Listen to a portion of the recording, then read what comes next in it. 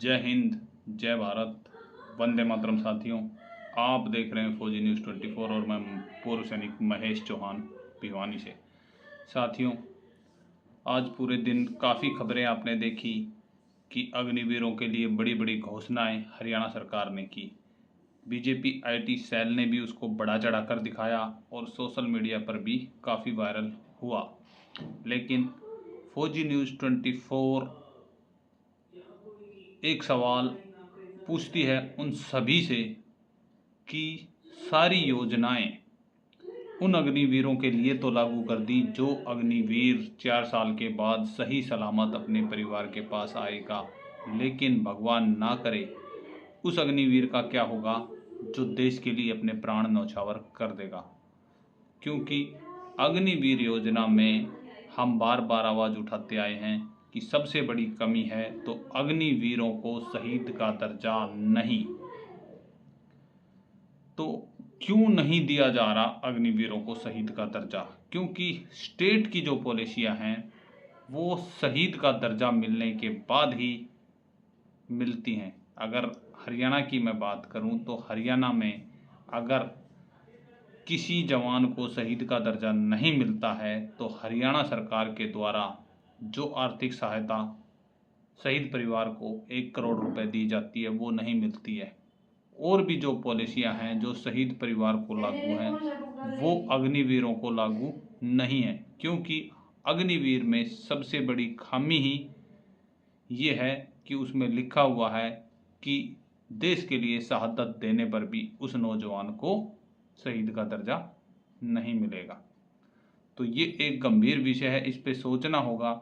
और अब आ जाते हैं माननीय मुख्यमंत्री साहब की घोषणाओं पर।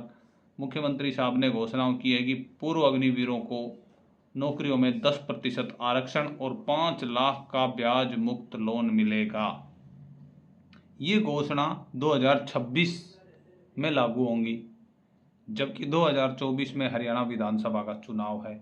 जरूरी नहीं कि कांग्रेस की सरकार बने या बीजेपी की सरकार बने, ये जरूरी नहीं कि वापस से बीजेपी की सरकार आए। अगर बीजेपी की सरकार आती है तो अच्छी बात है, उनकी घोषणा पूरी हो जाती है। लेकिन अगर कांग्रेस की सरकार आ जाती है तो फिर इन घोषणाओं का क्या होगा, वो भी एक सोचने का विषय है। उठा के घोषणा कर देते हैं। अगर घोषणा करनी है तो उस पर कानून क्यों नहीं विधानसभा में विधायक में स्पेशल अधिवेशन लाकर कानून क्यों नहीं बनाया जा रहा? अग्निवीरों को हम ये देंगे, अग्निवीरों को हम वो देंगे।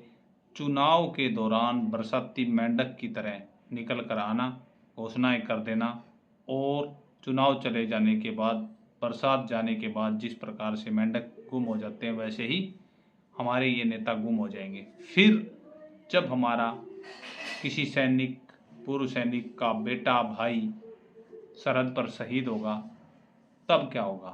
तब यही सरकार बोलेगी आपने तो हमें वोट नहीं दिया, हम सत्ता में नहीं हैं, हम कुछ नहीं कर सकते। जैसा आज कांग्रेस सरकार हमें बोलती है अगर हम सरकार से कुछ मांगते हैं तो।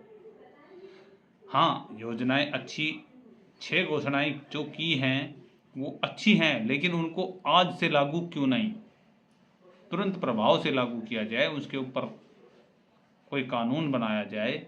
और साथ ही साथ हरियाणा सरकार से अनुरोध है कि पंजाब की तर्ज पर अग्निवीरों को हरियाणा में भी अनुदान राशि, जो शहीद सम्मान राशि है 1 करोड़ रुपए, वो दी जाए। जैसे पंजाब में पंजाब सरकार दे रही है, आम आदमी की सरकार, उसी तर्ज पर हरियाणा ने शहीद की राशि, जो सम्मान राशि थी वो 50 लाख से बढ़ाकर 1 करोड़ कर दी है, लेकिन जो अग्निवीर हैं उनके लिए कुछ भी नहीं। तो ये सिर्फ, मैं यही कहूँगा, ये सिर्फ ढकोसला है।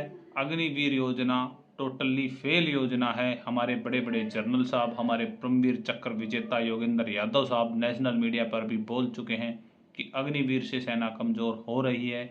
अग्निवीर 4 साल में घर आ जा रहा है, जब तक कि वो अच्छे तरीके से राइफल चलाना भी नहीं सीख पा रहा, उससे पहले वो घर आ जा रहा है। पुरानी एक कहावत थी कि 5 साल तक तो जब सिपाही रहता था तो पुराने बुजुर्ग बोलते थे कि अभी तो तुम्हारा नाम आर्मी हेडक्वार्टर में भी नहीं गया है, तो 4 साल में तो वो पेंशन ही आ जाएगा, तो कहाँ नाम गया कहाँ नहीं गया। और जब वो राइफ़ल चलाना नहीं सीख पा रहा तो वो फोर्स चलाना कैसे सीखेगा, किस प्रकार से वो काम करेगा, ये सोचने लायक विषय है। तो अगर दूसरी बात, अगर अग्निवीर में संशोधन करना है तो सरकार से मेरी हाथ जोड़कर अपील है कि सबसे पहला संशोधन अग्निवीर में शहीद के नाम पर किया जाए कि जो भी अग्निवीर सेना के पर्टिकुलर के अनुसार अपने देश के लिए अपनी जान न्यौछावर जो नौजवान करता है उसे शहीद का दर्जा मिलेगा। और शहीद को जितनी फैसिलिटियाँ रेगुलर आर्मी के जवान को मिलती हैं वो सभी फैसिलिटियाँ अग्निवीर शहीद जवान को भी मिले। उसके बाद 10% आरक्षण इसमें दे देंगे, 10% उसमें दे देंगे। हरियाणा सरकार में पहले से ही 2 लाख वैकेंसियाँ खाली पड़ी हैं, पूर्व सैनिकों का पहले से ही 10% आरक्षण है। उसके बाद अग्निवीरों का 10% आरक्षण किया जा रहा है। तो जब 17 साल 18 साल के एक्सपीरियंस होल्डर पूर्व सैनिक ही ऐसे घूम रहे हैं तो 4 साल वाले अग्निवीरों को कहाँ नौकरी मिलेगी, ये एक सोचने का विषय है। पेपरों में छापने के लिए, मीडिया में दिखाने के लिए अच्छी बात है कि हमने ये कर दिया, लेकिन एक गंभीर विषय है।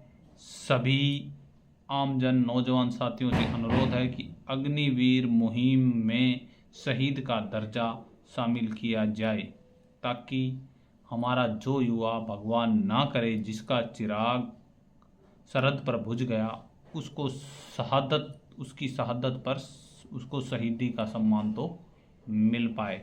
अन्यथा यही देखने में आया है कि इसको शहीद का दर्जा नहीं है, ये पॉलिसी ही ऐसी है। अधिकारी भी हमारे हाथ खड़े कर देते हैं क्योंकि उनके हाथ भी बंधे हुए हैं। तो इसलिए अग्निवीर में जो घोषणाएं की हैं वो हरियाणा सरकार की निथक हैं, क्योंकि जितनी भी घोषणाएं हैं, मैं वो घोषणाएं इसलिए नहीं बता रहा क्योंकि आप सभी ने पढ़ भी ली होंगी, लेकिन सबसे पहले उसमें लिखा है कि 2026 से मिलेगा लाभ। और सीधा स्पष्ट बात है, अगर मैं दैनिक भास्कर की बात करूं तो उसने तो लिखा भी है कि विपक्ष के मुद्दे की धार को कम करने का प्रयास है, विधानसभा चुनाव से पहले की बात है। घोषणा है, सभी घोषणाएं, भारतवर्ष में कितनी घोषणाएं लागू होती हैं आप सभी समझ सकते हैं। तो अग्निवीर के विषय पर आपकी क्या राय है, कमेंट में अवश्य बताएं। और वीडियो अगर अच्छी लगे तो शेयर करें, लाइक करें और चैनल को सब्सक्राइब करना ना भूलें। जय हिंद।